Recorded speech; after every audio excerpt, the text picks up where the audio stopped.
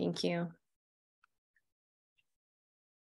Okay, let's just get started. Thank you everybody for joining us. Today we're going to be joined by Footprint Analytics. We have BG and Lynn here.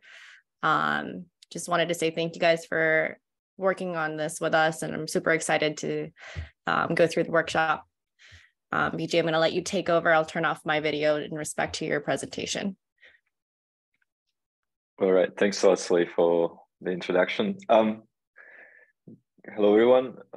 Welcome to our Build Blockchain Data Apps in Minutes workshop. I'm BG, one of the contributors to Footprint Analytics, and I'm really thrilled today to share my knowledge with you about the infrastructure development, the indexes developer. And yeah, firstly, I'd like to express my gratitude to LearnWeb3 for their dedication and hard work in making this event happen. Your support is greatly appreciated. During today's workshop, we're going to be exploring the importance of data indexes and how they facilitate working with historical blockchain data that we're enabling the development of data apps. Data dApps, that's probably the most suitable name for it. We'll also examine some key considerations when selecting an indexing solution. Then we're gonna be doing a small introduction of the platform that we're working on, Footprint Analytics, which is offering a user-friendly drag-and-drop interface for creating charts in the web application and consequently produce the SQL code, which could be reused in the SQL API to drastically shorten the time of applications development. So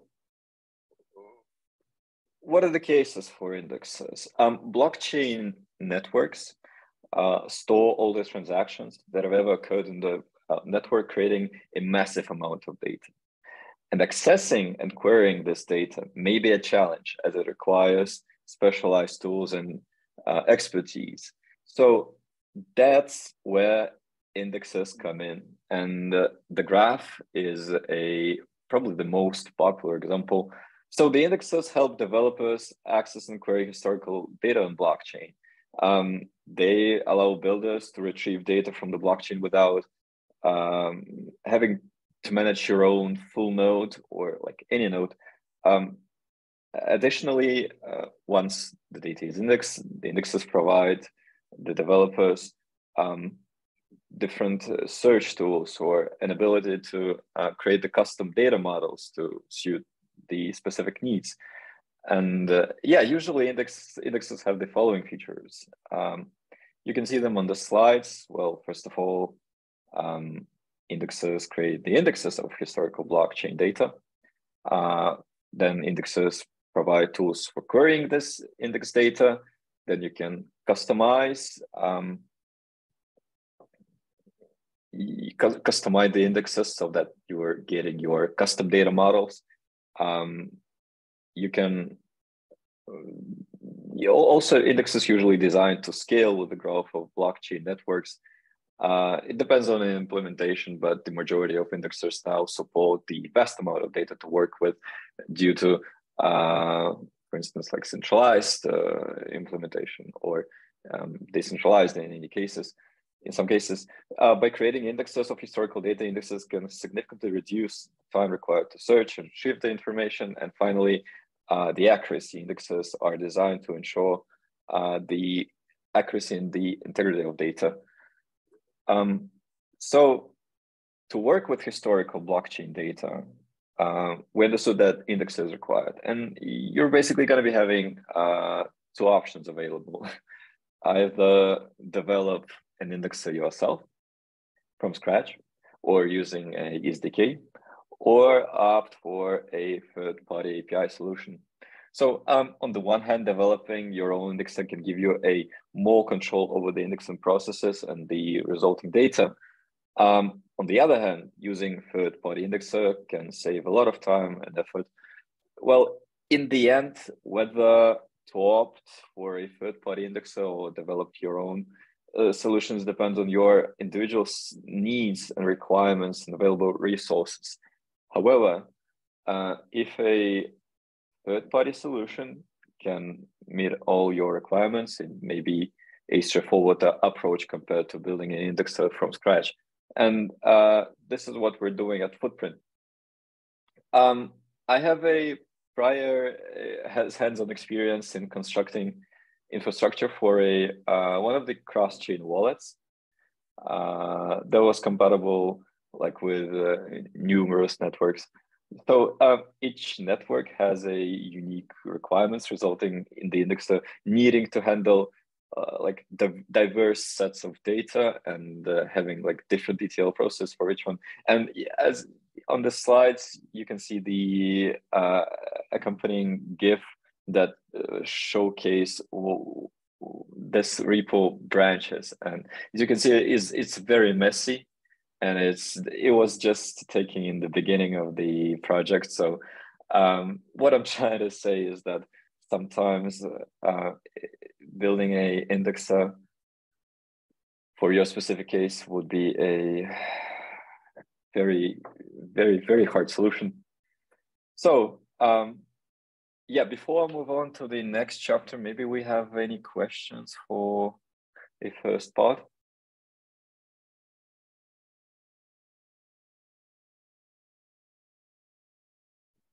All right, then. I'm going to be moving to the second part. So we're going to be discussing factors to take into account when choosing a data infrastructure solution. So definitely the solution should cater to your specific requirements and objectives. Data provided by the solution should be trustworthy and precise. Data coverage should be adequate to meet your needs for the specific use cases. Data provided by the solution should be in the format that works seamlessly with existing systems and tools, and other popular solutions as well. The cost of the solution should be reasonable. The good customer support should be available, and finally, the solution should comply with data privacy and regulatory laws. So, what do we currently have on the market? We got these solutions with critical limitations at the most important, and the most important from those limitations is probably a support of only raw data. And that results in several issues. So by the end, you're having the redundant low level coding and heavy lifting for both cross-chain EVM and non-EVM chains. It's very time consuming. It's very hard to organize a good development process for it. Not only the development maybe, but also the maintenance. What's important to understand is that current solutions do not interpret the context of NFT or GameFi or DeFi. So there is no such thing as a domain abstraction. And current solutions just lack readily available statistics and metrics, such as in the case for NFTs could be, for instance, a flow price by day or wash trades index or any other crucial indicators. And although raw data is a valuable resource, it's a building block, it may not be enough for an easy infrastructure development. So let us take a closer look at the data.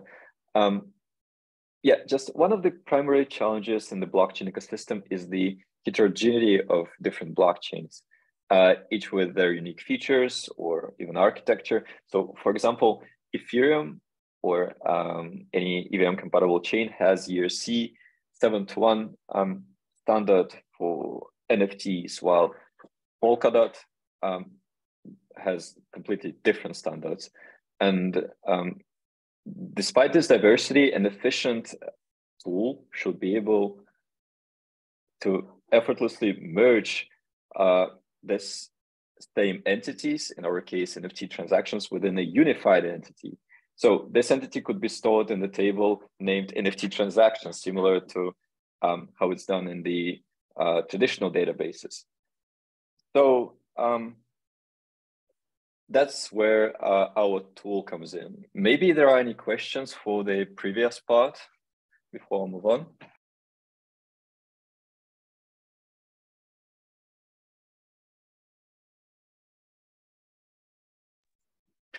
All right. I'm going to be moving on then. So with all present issues mentioned, this is where our tool Footprint Analytics comes in. So in this section, I'm going to be, I will delve into the features that distinguish Footprint from its competitors, and just to discuss the accomplishments of Footprint. So we have already indexed more than 20 chains, 24 to be precise, including major players such as Ethereum, Solana, Binance, Arbitrum, Polygon. And we've indexed a vast amount of protocols from different domains such as NFTs, GameFi, and etc. And our innovative data model based on medallion architecture organizes and structures the raw data into meaningful and usable form. It has 3 layers. So the bronze layer that stores raw and transformed data from the blockchain, silver layer that transforms this raw data into sets of additional values, and finally the gold layer, which provides business level data aggregates and ready to use metrics for the analysis. Over this data, we have API services. We serve this data via those 2 types, the SQL API and REST API. So just a quick overview of each one. So REST API is a pre-built and easy to use, but is less flexible than SQL API. So we've gathered a set of common scenarios for different domains. So for NFTs, we've taken NFT transfers, NFT info, top collections, orders within marketplaces, and just collected it within a API.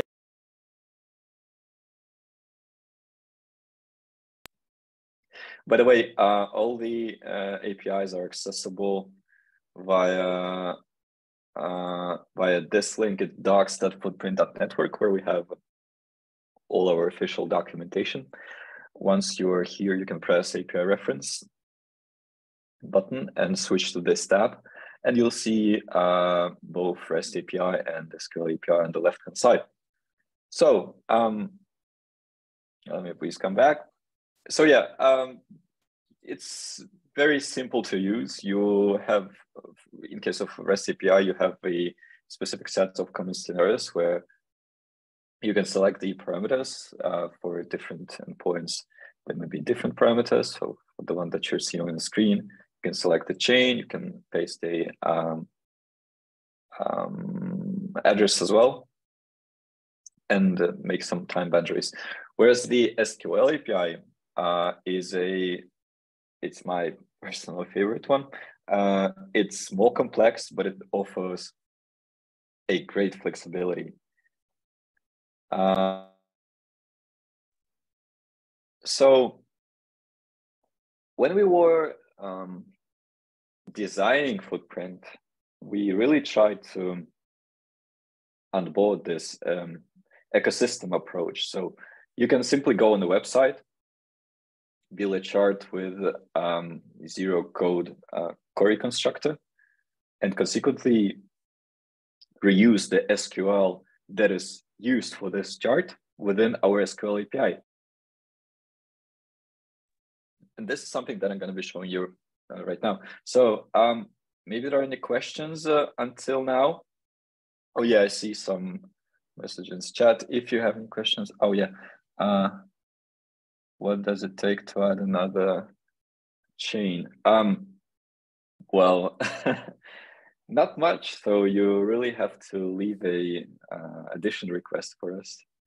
in our Discord or on GitHub, and yeah, we'll eventually catch it. All right. Any other questions?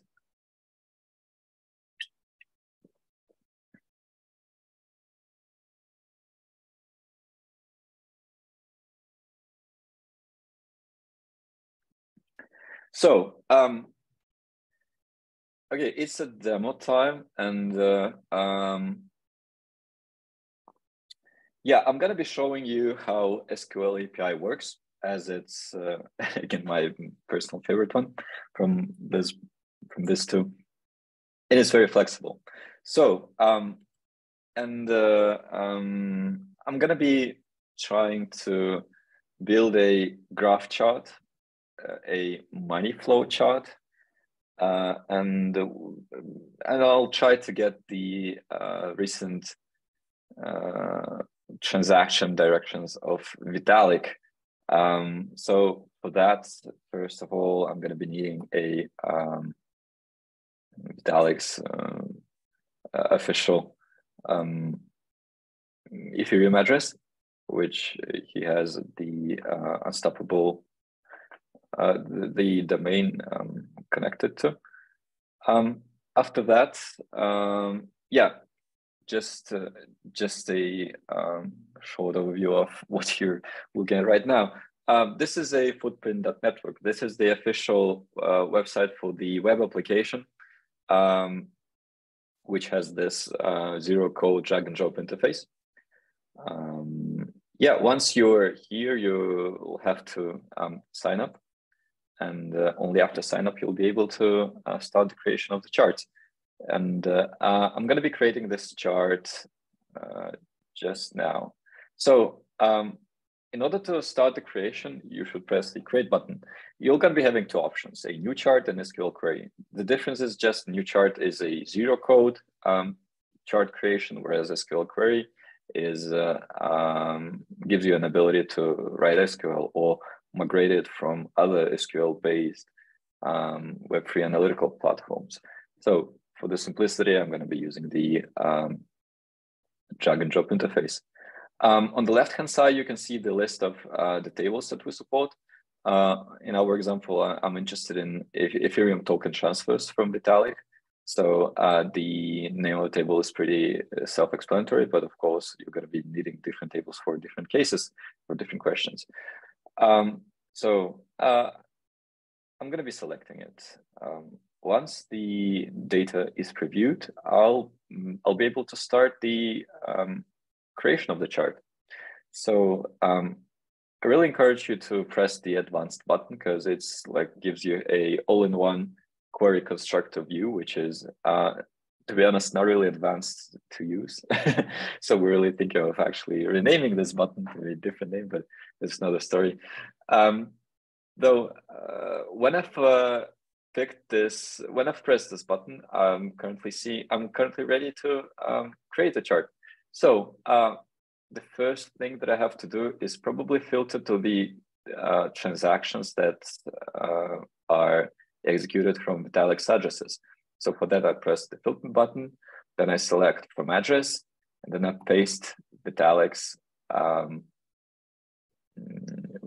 address. Also, for the performance reasons, I'm probably going to be filtering data so that only transactions from last 7 days are taken into account. And finally, I need to do the aggregations. I want to calculate how many transactions were there done from Vitalik's addresses, and I want to group it by the recipient addresses. So that I select the count of rows because every row represents a single transaction, and then I choose to address. And for technical reasons, in our case, I'm going to be selecting a from address as well. If I press the visualize button now, I'll receive a chart. So it's not really suitable for our case though. And we initially wanted to build a graph chart. So let's just select a different visualization. I should press the graph visualization. And as we can see, Vitalik did a lot of transactions within past 7 days. So I suggest that we just take, I don't know, 15 of them so that our graph is more visually appealing.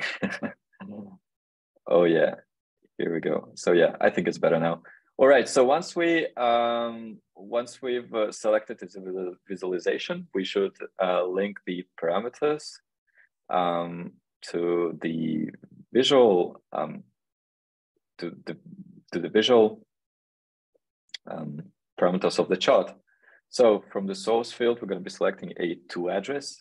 From the target field, we're going to be selecting a. Oh, actually no. From a source, we're going to be selecting from address. For target, we're going to be selecting to address. For a value field, we're going to be selecting count, and same going to be going for size field. So as we can see, we received a beautiful graph chart for all the addresses associated with Alex address that may be suitable for different cases. For instance, cash flow analysis or I don't know, forensics, anything. And I'm going to be showing you how can you like very quickly take it and integrate it to your application.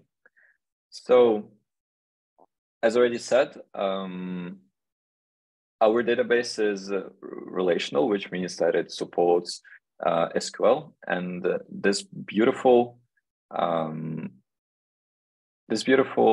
query constructor is just an abstraction of SQL. So you can receive the same query in the form of the SQL. What you have to do next is, again, simply go to our interactive API docs. Then you should scroll down a little bit and find the SQL API category here.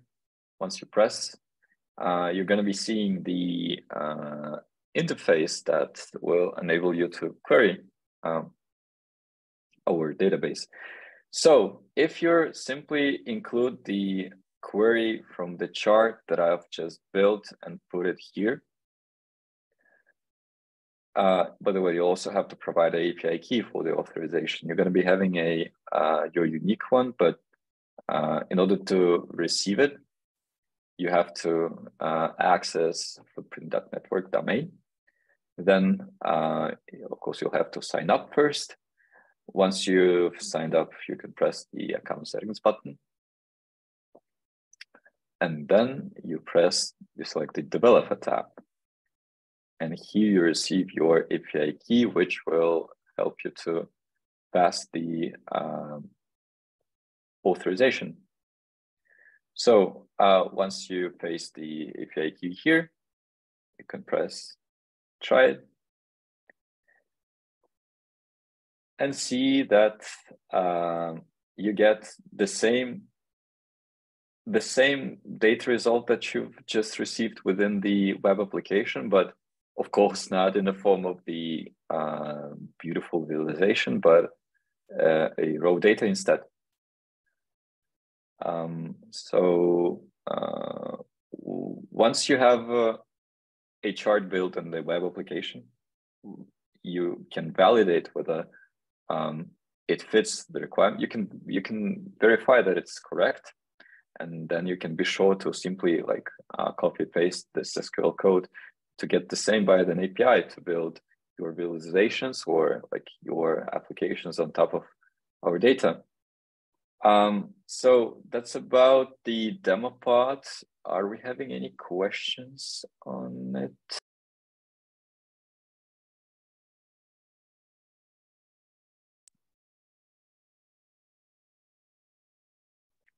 All right.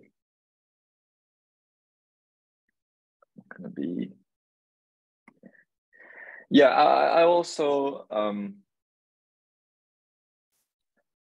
I would also like to give some examples of what's been built using our API. So anything starting from NFT marketplace, a wallet profile checker, a research analytics, any DApp development, forensics, just to mention the specific examples, Era 7 recently did a software integration with us, as well as one of the biggest game developers, Scopely, recently started to use our REST API endpoints to ingest our data. Also, Elven uses our SQL API to acquire some of the silver tables. Mest using it for balanced cash flow. And finally, Bingo NFT. This is our pet project that we're developing for, as a showcase product for our API. And just to show you, like how exactly is it working with our data API. I'm going to be opening Bingo NFT as an example. I'm going to be opening the dev tools. If you're familiar with web development, there shouldn't be anything new here for you. So I'm selecting the network, and I'm seeing that the list of requests that is done from here. And as you can see, the request URL is the same as the one that we're having in the official documentation. So if you're interested in building an NFT gallery or anything related to NFT, you can use this as reference. Additionally, we're planning to make Bingo NFT code open source, so you can simply fork it and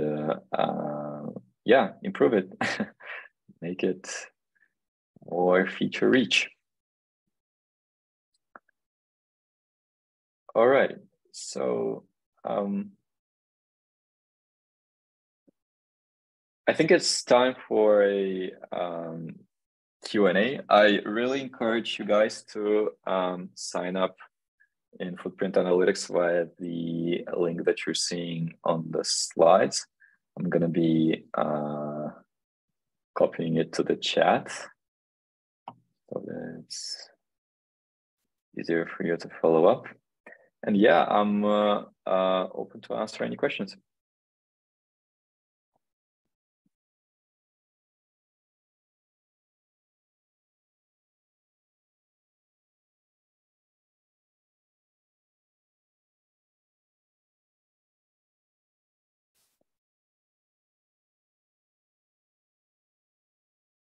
All right.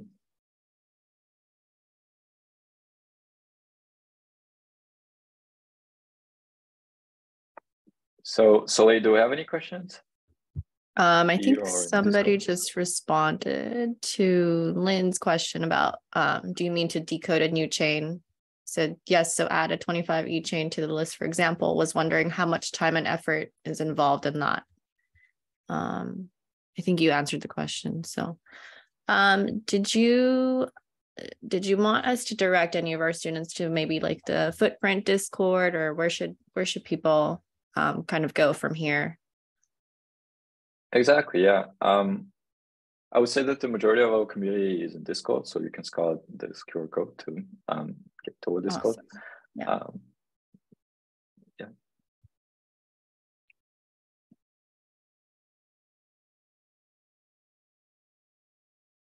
Okay, I think we might be able to close a little early. I don't see any more questions. But yeah, that was great. Thank you so much for walking us through that. I'm super excited to see, like, are you guys going to do any maybe like hackathons or bounties or anything for the community? Oh, at least on your end. Exactly. So I don't think that we're having hackathons and plans for the short term, but we're doing the dashboard contests. I think on the weekly basis. So that could be done for different topics, same forensics or NFT analysis, GameFi analysis. So yeah, really encourage you to follow Discord, where we're going to be publishing all the announcements of all upcoming events, which again, bounties, hackathons, anything. Awesome. Yeah, that'll be exciting. And then I just wanted to make sure, would we be able to get a recording of this workshop just for our community members that weren't able to make it? Sure, of course. Okay, perfect. Are you guys okay with closing it now, or did you want to wait a little bit more for more questions? Or yeah, I think we're okay. If there are any questions, yeah, please don't hesitate to join our Discord and ask us there or in the LearnWeb3. I'm the member of the server now, so just be sure to tag me or DM me. All right, yeah, I'm gonna be sharing the recording just right after we close the session. awesome. All right, yeah, thanks, Lynn. Check out the latest Lynn's message in the chat. Yeah, we also would greatly appreciate the feedback from you about the presentation, what you guys liked, what you didn't like, so that we can improve. Thanks again. All right. Thank you, VG. Thank you, Lynn. Thank you, everybody, for coming to the workshop, and we'll see you guys next week. Okay. Oh, we have one last question before we go. Sorry. Someone's asking if there are any opportunities available at Footprint Analytics. Do you mean the job opportunities, or what kind of opportunities? I think that, yep. Okay. Yeah. Again, we got a dedicated channel in our Discord. It's only about hiring, so yeah, be sure to join our server and just tag me there by BG Footprint Analytics, and I'm gonna be routing your request to our HR team. Awesome. All right, everybody, we are going to close this workshop out. Just make sure to go ahead and join the Footprint Analytics Discord as well. And then we'll be back here with another workshop with Footprint next week. So thank you, everyone. Have a great day. All right. Thanks a lot for having us. Have a great day. Bye-bye.